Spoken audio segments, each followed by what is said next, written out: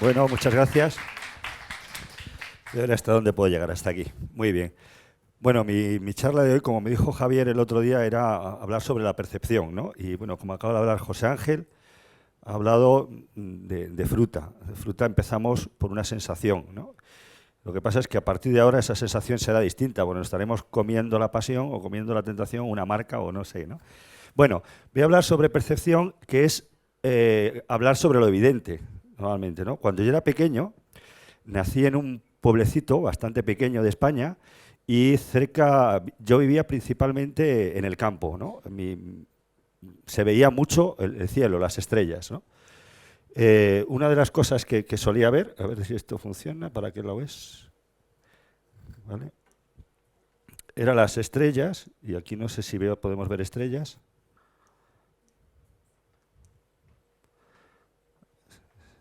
La pasamos a mano, si no. Se ha quedado quieta ahí. Bueno, estamos percibiendo lo mismo. En cualquier caso os cuento la historia. Se veían las estrellas y algo que a mí me parecía de pequeño era que, pues me imagino que a más de uno, y habrá pasado bastante a lo largo de la historia, ¿no? Me parecía que eso que había arriba debía ser tan plano como lo que estaba tocando en el suelo. Es decir, debía ser como una especie de pantalla. Y de hecho, a lo largo de la historia se describía el firmamento como un manto de estrellas, ¿no? Sin embargo, con el tiempo he ido adquiriendo conocimiento de aquí, hilo con lo que decía Javier de la versión entre la percepción y el conocimiento. Y a medida que hemos ido conociendo, me acuerdo que la subida a la luna la vi en blanco y negro, ¿vale? Entonces ya dimos cuenta que la luna ya no era un queso, que eso me decían también a mí, que si era de queso o algo así, sino que eso que era plano empieza a ganar profundidad, ¿vale? Luego una realidad que para mí era evidente de pequeño ha ido cambiando. Igual que ha cambiado eso, han cambiado muchas cosas, ¿eh? Porque de vivir en un pueblo a vivir aquí ha cambiado muchísimo. Bien, pero ¿cuál es nuestro universo actualmente? El universo de cada uno. Lo que percibimos habitualmente son el trabajo, estas son nuestras referencias, nuestras estrellas, ¿no? El jefe, el esfuerzo, etcétera. Pero estos conceptos, dependiendo cómo los percibamos, no son simplemente algo objetivo, es decir, no es algo que, según veo yo, como si mi ojo fuera una fotografía, según lo veo, así reacciono, porque ninguno de vosotros lo está viendo igual. Eso significa que para unos, en mi caso, yo lo pongo el trabajo, lo veo más oscuro, o por lo menos la primera vez que llegué. Cuando llegué a una empresa, trabajo oscuro, no es... alegría, guay, eso está bien, ¿no? Vida es lo bueno, es lo más, es la estrella más brillante que yo tengo. Fijaros que separamos la palabra vida de todo lo demás, cuando en realidad el universo ese tenía que ser la vida y todo tenía que estar ahí dentro, ¿vale? Bien, ¿qué es la verdad de todo eso? ¿Es verdad que el trabajo es oscuro y aburrido? ¿Es verdad que los jefes son malos? ¿Es verdad que el maestro pega? ¿Es verdad que el colegio hay que esforzarse y trabajar y lo mejor son las vacaciones? No lo sé. ¿Es verdad que eso que estáis viendo cada uno es lo que estáis viendo cada uno? Yo no sé qué estáis pensando cada uno de esta figura, pero ¿estáis ciertos de que es la figura que estáis viendo? ¿O ahora os aclararía mucho más, verdad? Ahora sí estáis más contentos, porque claro, se ve que era una B. Antes no sabíamos, pero ahora estamos más contentos todavía. Sabemos que es un 13, ¿vale?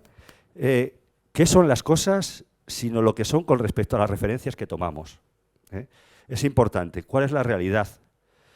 Nos hablan mucho del objetivo, de lo tangible, pero normalmente funcionamos con cosas que son intuitivas. Y esas cosas intuitivas se parecen más a esto. Se parecen más a asociaciones perceptivas que a verdades racionales. Veremos, aquí vamos a hacer un ejemplo, ¿no? Este fue una de las cosas que me llamó la atención, de las primeras cosas que me enviaron a mí por internet fue este ejercicio. Quedaros con una carta de esas. Cómo la atención nos lleva a percibir de manera distinta. Quedaros con una carta, elegidla, ¿vale? La tenéis ya, solo una. Y ahora vamos a ver a qué ha desaparecido, ¿vale? Bueno, alguno conocerá el truco y dirá, ja, ja, ja, ja, ja. Pero el que no haya conocido el truco, como me pasó a mí la primera vez, dije, ¿cómo sabrá el ordenador qué carta había pensado yo? Es curioso, ¿no? Claro, luego lo pensé 2 minutos y dije, claro, es que han cambiado todas las cartas. Pero como estamos fijándonos solo en una, las demás no nos importan. Ese truco lo hacen muchísimo los magos, fijarnos solo en una carta. ¿Por qué? Porque saben que la atención dirige nuestra percepción. O sea, la percepción no es algo espontáneo que surge en nosotros. Vamos eligiendo. Por eso, yo me acuerdo cuando era más joven, y todavía me pasa, pero me dejan menos, cuando iba a una ciudad nueva solo veía chicas guapas. Todas me parecían, joder, aquí son más guapas que en mi ciudad. Es verdad que con el tiempo empiezas a percibir el resto, como las demás cartas, y ya ves el truco, ¿no? Pero al principio tu atención selectiva se dirige hacia aquello que más te interesa. ¿De acuerdo? Bien, vamos a ver otra cosa. Cómo seleccionamos también las percepciones que tenemos en función de aquello que nos va. Este es otro pequeño juego que a veces también se manda, y se dice que las primeras 3 palabras que encontréis, buscadlas, serán 3 aspectos relevantes para vosotros. Fijaros que no están solo las 3 que veis, pero las 3 primeras que veáis se dice que son 3 cosas que a vosotros os importan. Por ejemplo, alguno encuentra el dinero lo primero. Ay, ¿qué estará pensando? Otros el amor, no lo sabemos. En cualquier caso, nuestra atención nos vuelve a seleccionar en función de ¿qué? De emociones. El resto son solo letras hasta que poco a poco vamos descubriendo palabras. ¿Vale? Vais viendo cómo surgen diferentes cosas. Vamos a otra cosa. Otra forma en que nuestra percepción se ve distorsionada es lo que se llama la disonancia cognitiva. Esta teoría de psicología, que además es muy utilizada por mucha gente que nos está manejando todos los días, ¿vale? Esta teoría nos dice que tomamos decisiones en función de nuestras percepciones, ¿no? Es cierto. Pero también tomamos decisiones en función de lo que pensamos de nosotros. Es decir, nosotros pensamos de nosotros que somos personas racionales, casi todos, ¿no? Todos pensáis que somos buenos, somos justos. Bueno, si eso es así, todas nuestras decisiones tendrán que tener esa categoría. Pero ¿qué ocurre cuando una cosa no casa con la otra? Bien, una de las cosas que nos pasa cuando tenemos que decidir, por ejemplo, al comprar 2 coches, es que nos parecen, son muy parecidos, nos tiramos horas viendo catálogos, joder, cogemos el A o el B, el A o el B, nos tiramos horas, a veces días, a veces hacemos cuentas, hay 500 euros de diferencia, ¿lo compensará el GPS? Estamos ahí dando vueltas, porque son tan similares. Ahora, una vez que lo compramos, el coche es nuestro. Y como somos justos, honestos y racionales, estamos convencidos de que hemos tomado la mejor opción. Y además estamos tan convencidos que empezamos a ver grandes diferencias entre la opción que hemos tomado y la siguiente. La nuestra es la mejor opción. Y la otra, ¿dónde va a parar? ¿Vale? Es así como lo vemos al salir del concesionario con nuestro coche. Espero que os pase con todas las decisiones importantes que tomáis en la vida. No sé si optabais por Marta o por María José, etcétera. Bueno, ya cada uno, o por Pedro y Andrés. Bien, otra de las maneras en que nuestras percepciones se ven desviadas, manejadas, ¿no? Es la influencia del grupo. Uno de los experimentos que más me gustó cuando hacía yo la carrera era el experimento de Solomon Asch, donde metía a unos estudiantes en una sala y se ponía de acuerdo con todos los estudiantes menos con uno. ¿Vale? A todos los estudiantes les decía, cuando veáis estas líneas, decid que son iguales. Y a uno, pues le dejará que optara, que decidiera. Lo que pasó al final es que de 100, más de 30 y tantos estudiantes, aunque se ven que evidentemente son distintas, ¿vale? Más de 30 y tantos, 37% de media, se demostró, o sea, que decían que eran iguales. ¿Por qué? Porque todo el grupo decía iguales. Les daba corte decir que no. Y además, lo que vio él después es verdad que si la respuesta la daban en privado, esa percepción no era real, es decir, decían la verdad. Luego, eso parecía hacernos pensar que es que pensábamos y decíamos una cosa en grupo, pero luego en privado seguimos pensando. Bien, esto puede pasar con las líneas estas, en las cuales todos sabemos más o menos medir y aprendimos de muy pequeños que nuestro padre y Barrio Sésamo nos enseñó lo que es pequeño y lo que es grande. ¿Vale? Pero una vez que esto nos ocurre con cosas que no estamos tan seguros y que además mucha gente nos está diciendo que es pequeño y que es grande, nos plegamos a la opción cuando no sabemos qué percibir. Nos plegamos a veces a la presión del grupo, sobre todo si el grupo es relevante para nosotros, si es idéntico a nosotros y sobre todo si son expertos. Y eso, fijaros lo que lo usan día a día para influirnos en nuestras decisiones también. ¿Vale? Y cómo nosotros ahora mismo estamos decidiendo si comprarnos una cosa, irnos de vacaciones o no, por las decisiones que el grupo, llamado España en este caso, nos está lanzando a través de las noticias. No puedo invertir. Además, si tuvierais un dinero puesto, yo qué sé, imaginaos el mapa, estáis en medio del Atlántico y vais a meter ese dinero ahora mismo, ¿de qué lado lo haríais? La presión del grupo está. Estáis tomando racionalmente. Fijaros que España es prácticamente la misma de hace 10 años, pero ahora da mucho más miedo. No sabemos, es verdad. Uno de los juegos de percepción o de las ilusiones ópticas que a mí me llama más la atención es este. En este se plantea y se pone en duda lo que percibimos de verdad. y vuelve a ser parecido a lo que habíamos visto antes. De hecho, en el primer caso, con ese B, que era un 13, ¿vale? Tiene que ver con las referencias que tenemos alrededor. Pero en este caso me parece mucho más exagerado. Lo curioso es que estas ilusiones ópticas, ¿vale? Como dice Daniel Kahneman, el psicólogo también y premio Nobel de Economía, ya por fin había un psicólogo premio Nobel de Economía, que es el que empezó a plantear y a poner en duda que la racionalidad que aplican los economistas no es tan racional y que las decisiones las tomamos por estas cuestiones más intuitivas, con un pensamiento mucho más rápido, y estas cuestiones intuitivas no son tan científicas a no ser que nos detengamos a medirlas y pesarlas. Bueno, vamos a volver a este dado. En este cubo lo que vemos es que la figura, tengo este cacharrito, ¿esta de qué color la veis? ¿Vale? Naranja, ¿no? Y esta es marrón y son evidentemente distintas. ¿De acuerdo?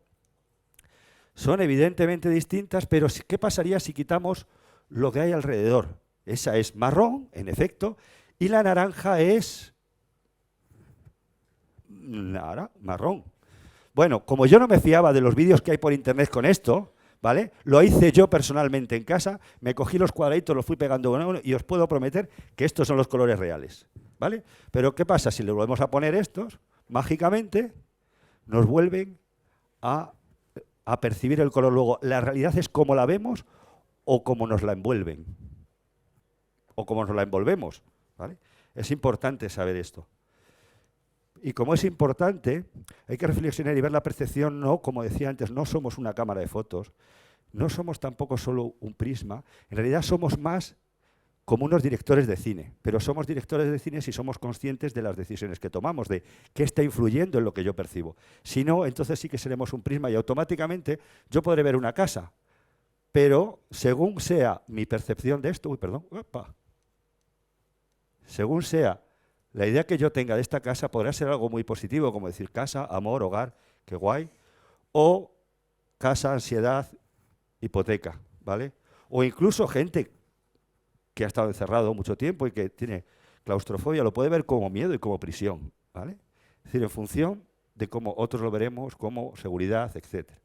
Bien, como digo, la realidad que vemos no sabemos si es tan cierta o tan tangible como yo la veía de pequeño en mi pueblo. Para eso se inventaron cosas como las herramientas de medida, porque vemos cosas tan evidentes como la cara. Una de las ilusiones ópticas más normales que vemos son las caras de la gente, sobre todo si se maquillan, además.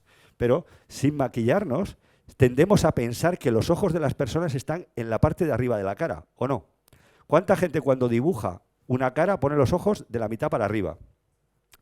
Bueno, pues los que dibujan, los que saben de proporciones, saben que no está en la parte de arriba, sino está justo en la mitad. Tenemos los ojos justo en la mitad de la cara. Lo que pasa es que como tenemos el flequillo y el pelo de marco, con esta parte de arriba no contamos. Es decir, la cabeza llega hasta aquí, ¿vale? Entonces, para lograr eso, hemos tenido que medir. Y en el Renacimiento, que les gustaba mucho estando midiendo, pues averiguaron que estaba en el medio. Y no sé, esas cabezas que quedan con los ojos en las cejas.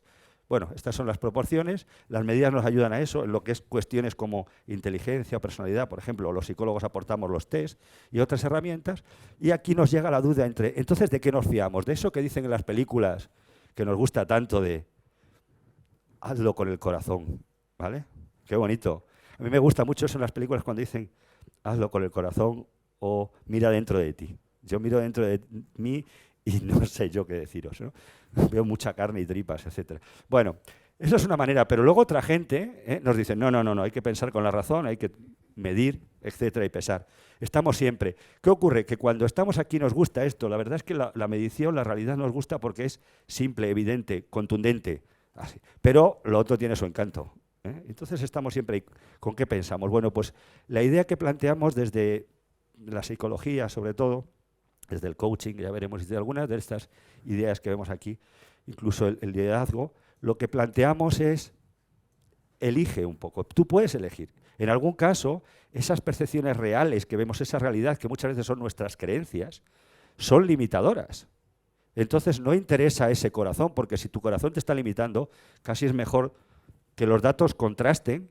Si yo estoy pensando, no puedo salir de casa, porque soy débil y tengo miedo. Bueno, pues a lo mejor los datos son que tú eres fuerte, más fuerte que la media. Muchas veces pensamos, no puedo conocer a una persona porque soy feo. Y los datos del espejo nos pueden decir lo contrario, pero yo no lo veo. ¿Vale? Pues a veces es importante esa labor de no hagas caso al corazón en ese caso que te está equivocando. ¿Vale? Y empieza a medir, empieza a que los datos apoyen tus creencias, esas creencias. Pero en otros casos es al revés. ¿Qué ocurre si yo me creo guapo? ¿Vale? Y en cambio las medidas me dicen, oye, tú no eres el más proporcionado de la naturaleza. ¿Qué hago en ese caso? Si lo que percibo es más que lo que me dan los datos. Pues yo en ese caso personalmente elegiría los datos. De hecho, si alguna vez un espejo os da una mala información, colocaros un póster. Ya está. Y salir guapos de casa. Así, para siempre. Claro, un póster el más guapo que veáis, obviamente. Bueno, desde el liderazgo en las personas también nos influye en el sentido de que muchas veces esa manera de ver el mundo, sobre todo la primera, nos la empezaron nuestros primeros líderes, que fueron nuestros padres, ¿no? Y esa imagen también nos lleva a que dentro de un grupo sea la visión del líder la que se comparte, y muchas veces compartimos la percepción, no de lo que estamos viendo ahora, sino de lo que podamos ver en el futuro. Entrenar el liderazgo es importante. La psicología, como digo, estudia todo esto, afecta la percepción. La cultura es el fruto de miles y sumas de liderazgos, y en una cultura empresarial es importante ser consciente de cuál es la cultura que afecta para ver cuáles son las distorsiones y cuáles son las potenciaciones que hay en esa cultura para abordar el futuro. Bien, como ya dijo antes Javier, la percepción, la emoción y la acción van unidas.